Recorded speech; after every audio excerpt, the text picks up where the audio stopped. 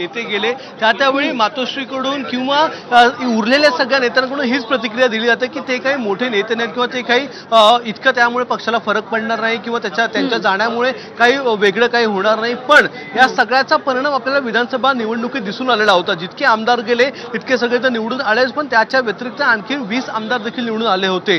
त्याच्यामुळे जितके खासदार गेले त्याच्यापेक्षा जास्त खासदार निवडून आले होते। त्यामुळे या सगळ्या गोष्टीचा फरक पडतो, कुठे ना कुठे फरक पडणार। येणाऱ्या काळात ज्यावेळी वरळीमध्ये आदित्य ठाकरे हे पुन्हा एकदा 2029ला विधानसभेच्या निवडणुकीला उभे राहतील त्यावेळी कदाचित पक्षाला फरक पडू शकतो। कारण जो ग्राउंड लेवलचा कार्यकर्ता आहे तो सचिन अहिर यांचा होता आणि सचिन अहिर हे गेल्या अनेक वर्षांपासून मुंबईमध्ये त्याचबरोबर वरळीमध्ये हे कार्यरत आहेत। त्यांचं खूप चांगलं नेटवर्क त्या ठिकाणी आहे। कामगारांचे नेते म्हणून देखील सचिन अहिर ओळखले जातात आणि जे 2 वरळीतले विधान परिषदेचे आमदार होते ते दोन्ही आमदार जे आहेत त्यापैकी एक आमदार हे सचिन अहिर होते।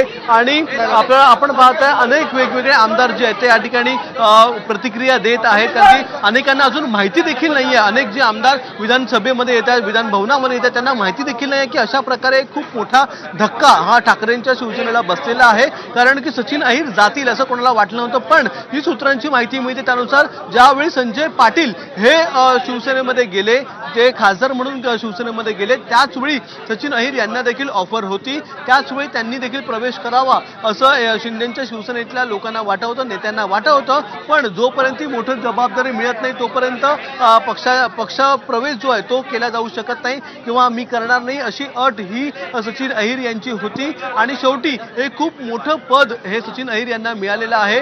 उपसभापती पद हे मिळालेलं आहे। गेल्या अनेक वर्षांपासून ते नीलम गोऱ्हे यांच्याकडे होतं। यावेळी पुन्हा त्यांना संधी दिली जाईल का अशी शक्यता होती, प्रश्न होता। मात्र आता हे कन्फ्युजन दूर झालेलं आहे आणि शिवसेनेकडून सचिन अहिर यांना शेवटी उपसभापती पदाची माळ त्यांच्या गळ्यात घालण्यात आलेली काही क्षणांसाठी तुम्हाला थांबवते, तुम्ही असेच जोडलेले राहा।